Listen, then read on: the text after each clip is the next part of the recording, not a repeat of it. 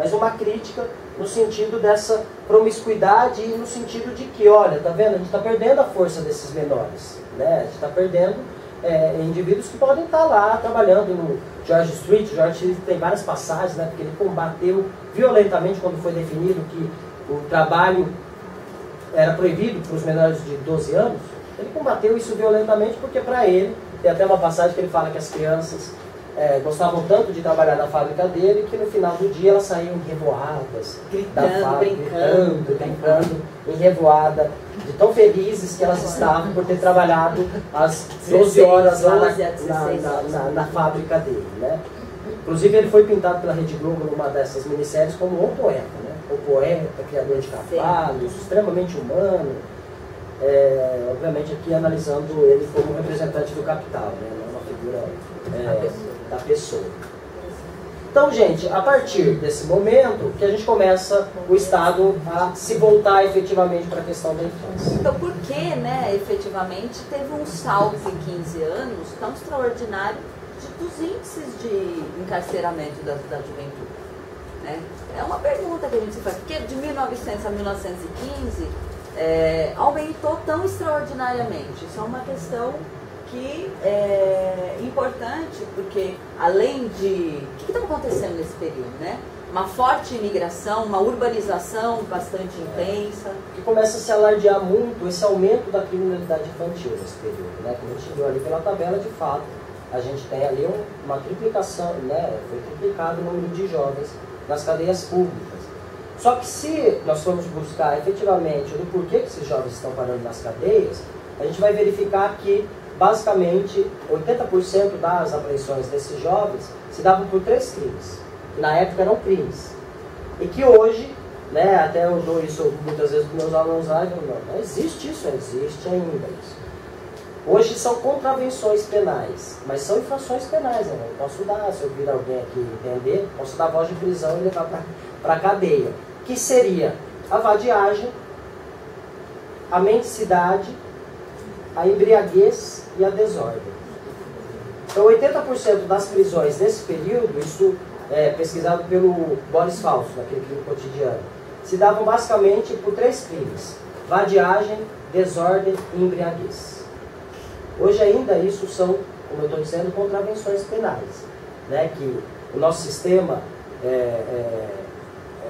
só para entender um pouco, o nosso sistema que a gente chama de bipartite, né? Então, o sistema penal, a infração, no caso aqui do Brasil, diferentemente da França, que é o tripartite, a gente tem crime ou delito, que são as infrações penais mais graves, cujas penas são maiores, né? Os crimes contra a vida e tal, são sinônimos. E contravenção penal está numa lei, na verdade num decreto, né? O nosso Código Penal, inclusive, é um decreto do Vargas, a lei de contravenção é um decreto do Vargas, que está em vigor até hoje. As contravenções estão numa lei e a contravenção seria uma infração penal mais leve, né? Tanto é que a pena para a contravenção é no máximo 3 anos. 3 anos de pena, eu vou falar um pouquinho, né? 3 anos de pena. Mas a contravenção ela é mais tranquila. Então hoje essas infrações penais estão na lei de contravenções. Inclusive ontem a gente estava dando oficina e uma educadora observou quando a gente colocou isso. Ela observou e falou, olha, lá na minha cidade, em Assis, o ano passado, o delegado estava enquadrando todo mundo nas contravenções penais de vadiagem e mendicidade, levando para a delegacia.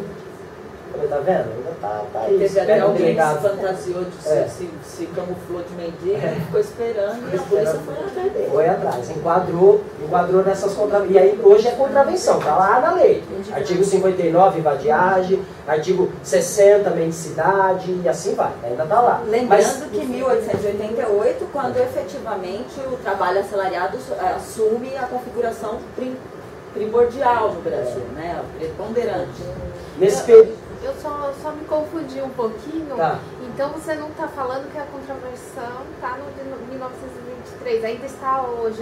Não, que é isso. Nesse período, vadiagem, embriaguez, desordem eram crimes. Ou seja, a pena era mais pesada. Hoje que eles são contravenções. A nossa lei, eles ainda existem. Estão aqui.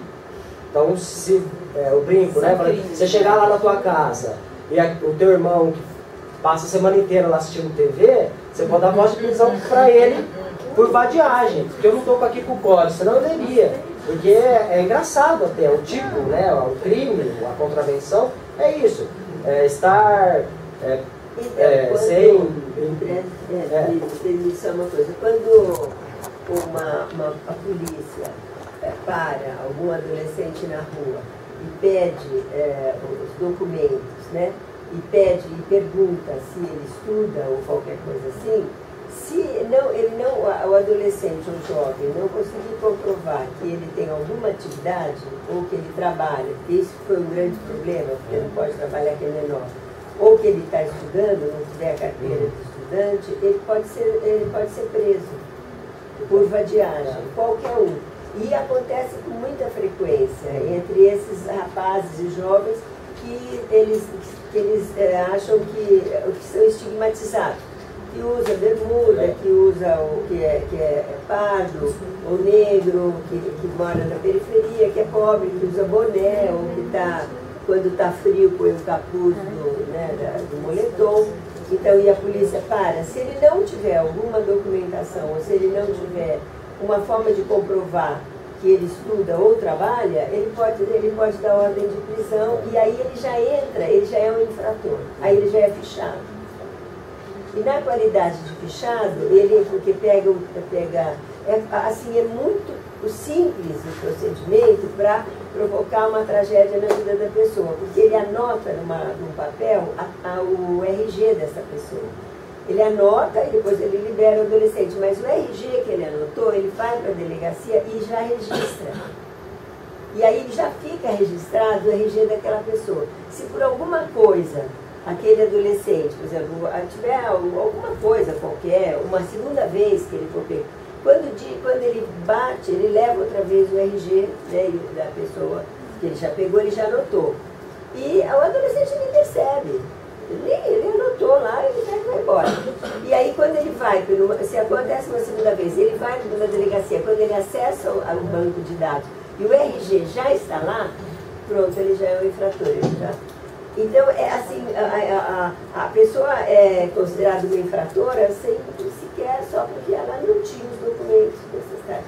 E é muito comum, você vê isso em todos os lugares, né? O que eu fico indagando, assim, o quanto então avançamos ou estamos retrocedendo, né? Que é o mesmo princípio, é o princípio da vadiagem, né? Não é aquela frase, né? Todo mundo que é parado pela polícia, a primeira coisa, eu sou trabalhador. E só para a gente ter uma noção, né, um período aqui que a gente está discutindo, um período de imigração, de crescimento da população, de urbanização mais intensa, que até então se vivia no campo. Se você faltasse um dia na lavoura, eram 28 dias de cadeia. Né? Se você quisesse sair da fazenda com a tua família, tinha que ter um ano de antecedência, avisar o fazendeiro. Então, quer dizer, você ficava preso por dívida do translado do porto de Santos até a fazenda, levava-se em torno de 5 anos para pagar essa dívida. Né? Então, veja como a lei da vadiagem ela era fundamental para imprimir o disciplinamento ao trabalho assalariado nesse período. Né? Então, de certa forma, pensar que aqui, como a gente está falando, houve uma verdadeira caçada nas ruas, em que as crianças eram arregimentadas, tinha pais que andavam com habeas corpus no bolso, porque as crianças que estavam na rua, e veja, a rua não era... A cidade era constituída de 1/3 dela era de cortiço. A gente tinha 98% da população vivendo em até 3 cômodos. A rua é parte, é extensão. Né? Se brincava na rua, os pais estavam nas fábricas ou na lavoura.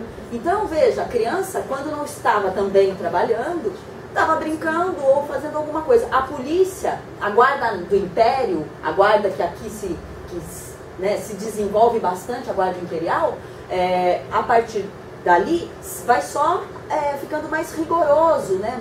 Cada vez mais vigilante, cada vez mais controlador. Então a gente tem, que infelizmente, como não deu para fazer, que isso a gente trabalha com muito detalhamento no curso. Né? Então, por exemplo, as imagens dos logradouros públicos, dos bebedouros, todos muito vigiados, as crianças sempre muito vigiadas pela polícia. Né? Então, era levada a criança, ela ia ou para a marinha, ou ela ia, e quando achava, né, a criança, porque os pais geralmente não achavam as crianças, né? Então ia para a marinha ou ia para um asilo, o asilo era o quê? Um departamento dentro da fábrica. Rodolfo Crespi tinha, por exemplo, instituído isso. O Matarazzo importava máquinas do tamanho das crianças, para serem operadas pelas crianças, né? Então, ou seja, foi um período...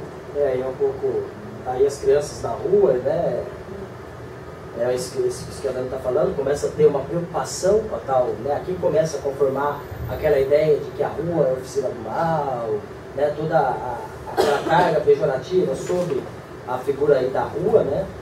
Mas aqui, se a gente olhar, a gente vê nas fotos aí do período,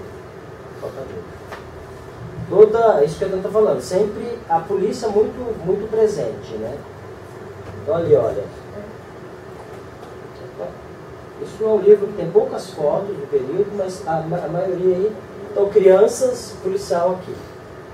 Então você começa a ter uma preocupação do Estado com esse grupo, né? Isso também fez as estatísticas de crimes aumentar, com certeza. Isso é mais um fator que explica aquele brutal crescimento das crianças encarceradas também. Crianças no bebedouro público, policial ali de espreita, né? Então você começa a ter efetivamente uma tensão maior aí com essas ditas crianças que aqui, né, como eu falei, já estão sendo entendidas como menores. Então aqui não são crianças, são menores.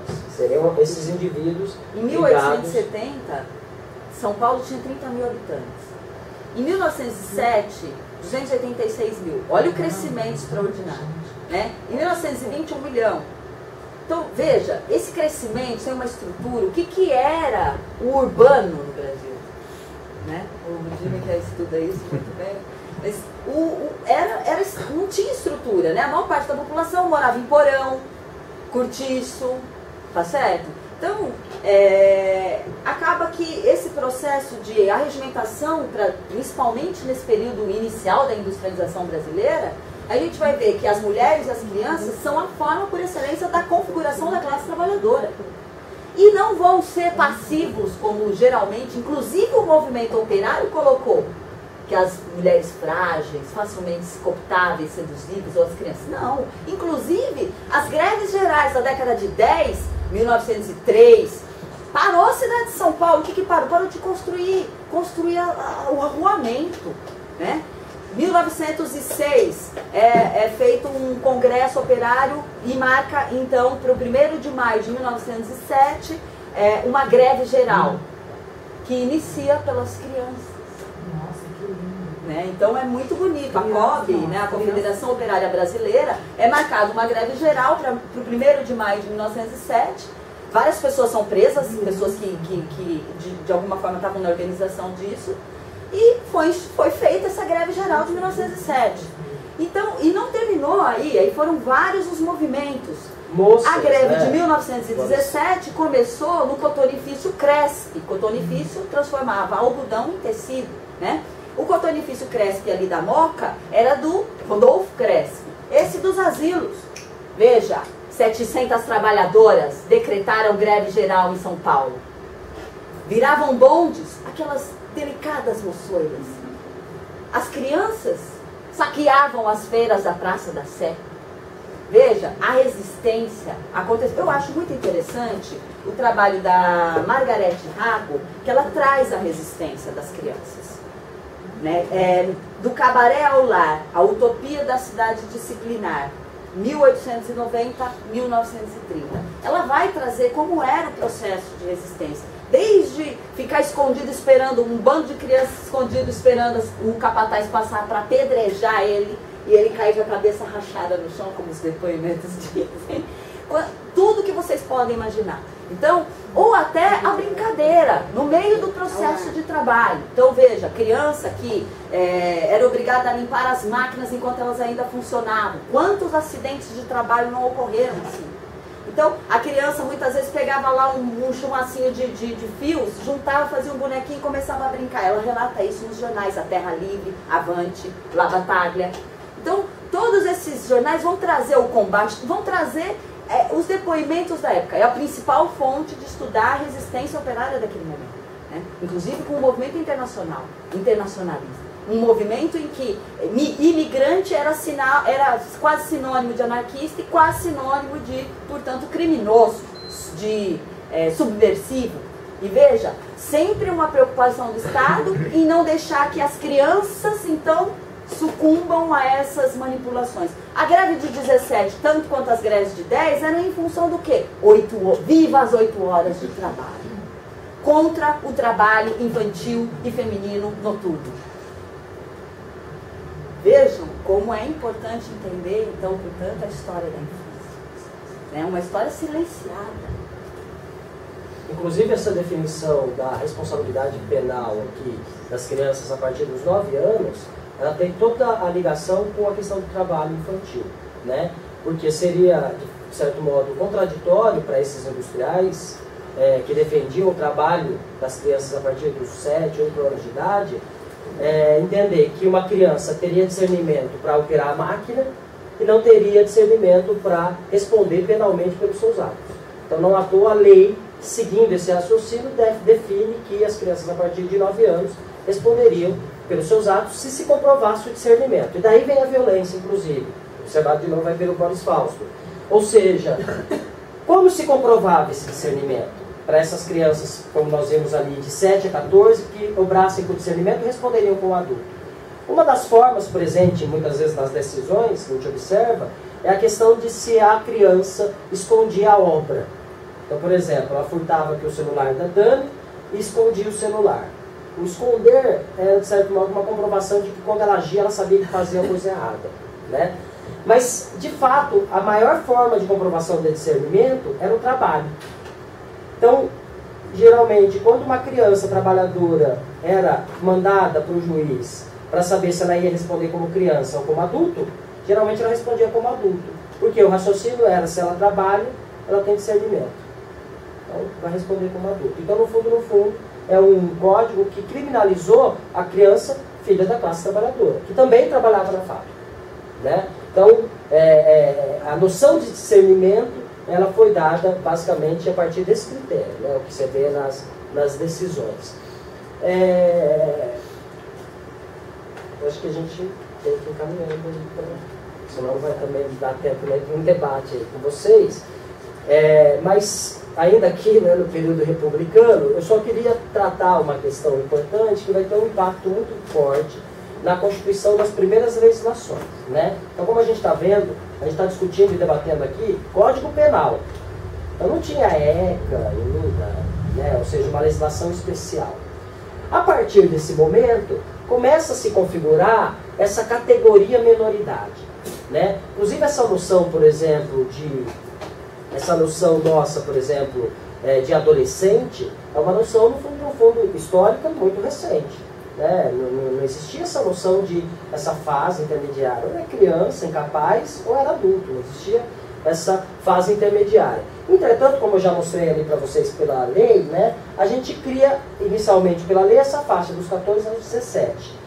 E um dos grandes responsáveis pela criação dessa categoria menoridade, ou seja, desse indivíduo que está numa fase peculiar de desenvolvimento, né, e que deveria então ter um tratamento diverso do adulto, quem cria efetivamente essa noção é o impacto de uma ideologia que vem para o Brasil muito forte, chamada criminologia positivista, né? Essa criminologia, na verdade, ela tem o nascimento dela na Itália, um médico chamado Cesare Lombroso, vocês já ouviram falar, né? Alguns educadores chamam Assombroso. E ele vai criar um livro, vai fazer um livro, fica famoso esse livro, chamado O Homo Delinquente, que é o homem delinquente, em que ele vai, nesse livro, trabalhar uma tese, uma ideia de que estávamos nesse período, né, o período do evolucionismo, né, muito presente no Brasil, inclusive, né, a gente tem toda a conformação da identidade do brasileiro a partir das tais 3 raças tristes, né?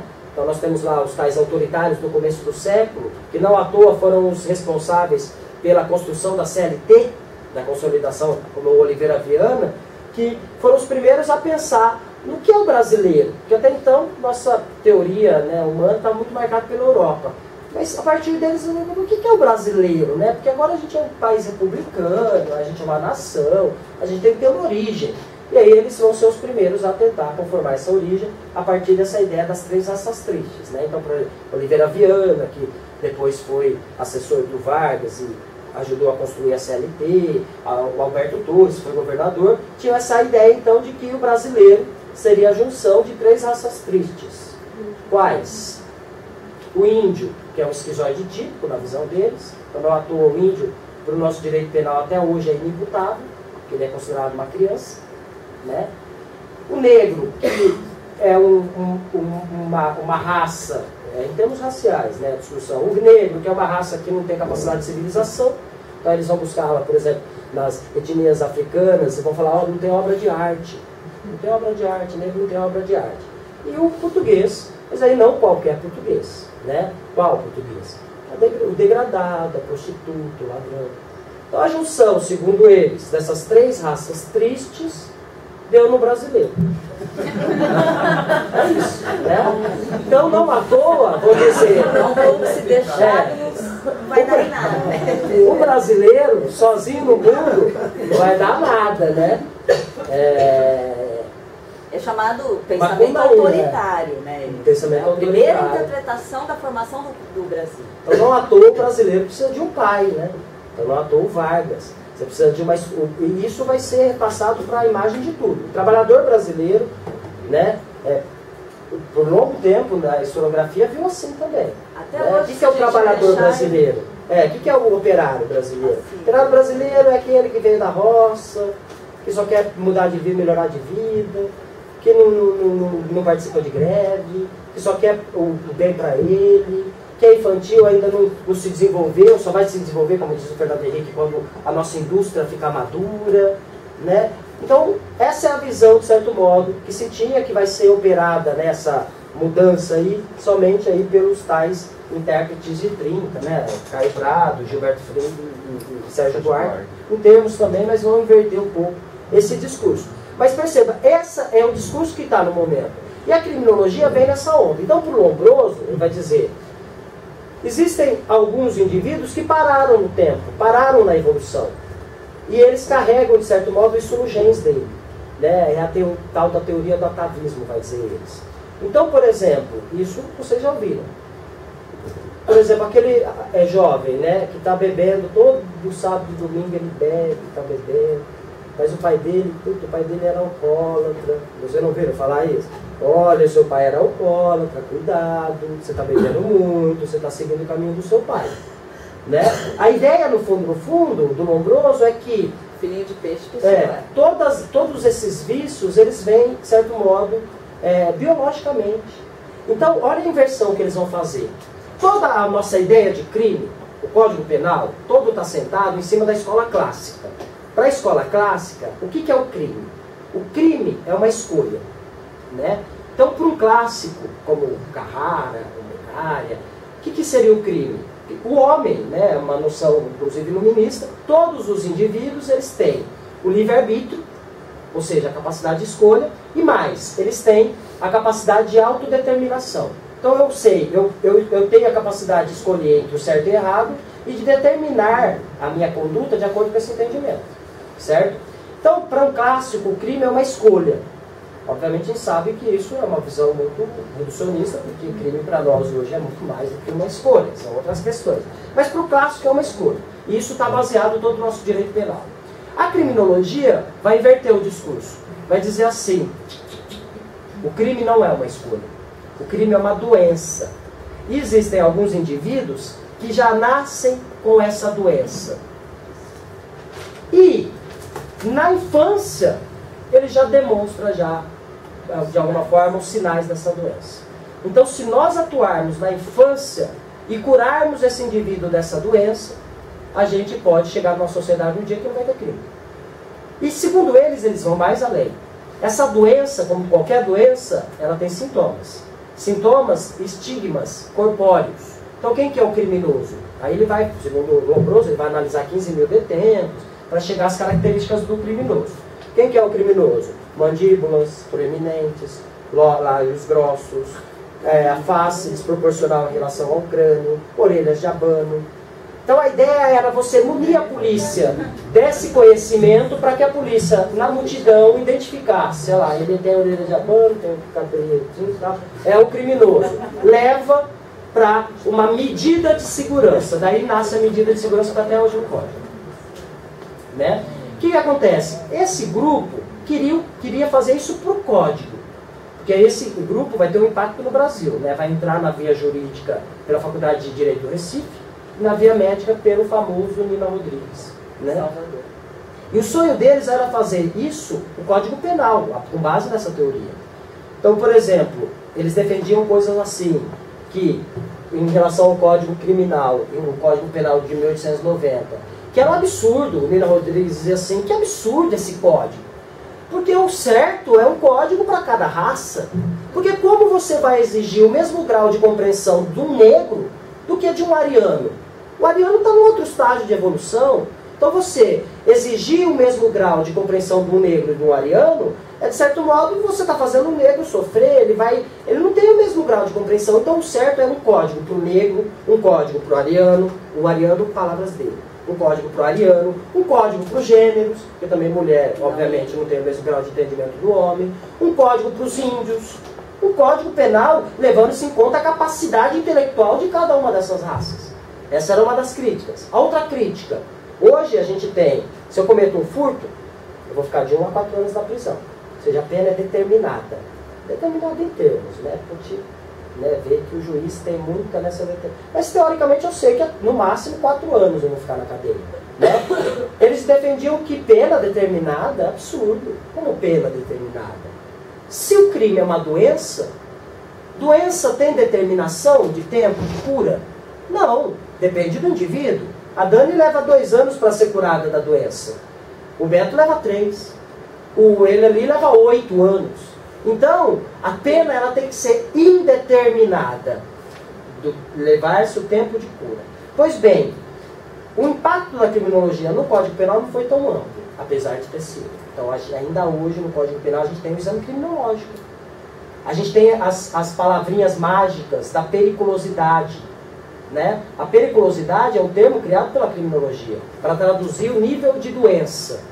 Né? Como a doença, traduzir em termo jurídico é difícil, eles criaram a ideia de periculosidade. Então, aquele que tem uma alta periculosidade é aquele que tem uma doença muito grave. O que tem uma média periculosidade é uma doença média.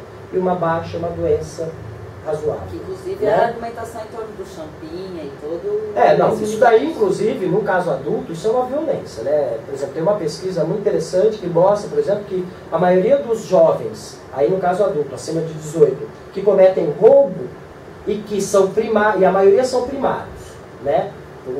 Para muitas vezes aí a surpresa de muitos que acham que, nossa, aquele indivíduo que rouba já está nessa vida há muito tempo.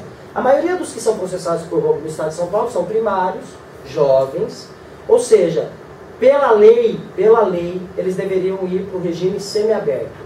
Primário, jovem, cujas penas é até 4 anos, né, no caso de roubo. Não vai um para o semiaberto. Todos vão para o regime fechado. Aí a pesquisa foi buscar nas sentenças judiciais. Por quê? Porque pela lei não pode, o juiz não pode mandar para o fechado. Porque o fechado é só apenas acima de 8 anos. Por que eles estão indo para o fechado? O juiz fundamenta tudo com a tal periculosidade. Ele é altamente periculoso. Isso é ilegal. Isso está ocorrendo no estado de São Paulo. Os jovens estão indo para a cadeia, regime fechado, sob um argumento que não é nem legal. E o juiz adora falar que é escravo da lei. Né?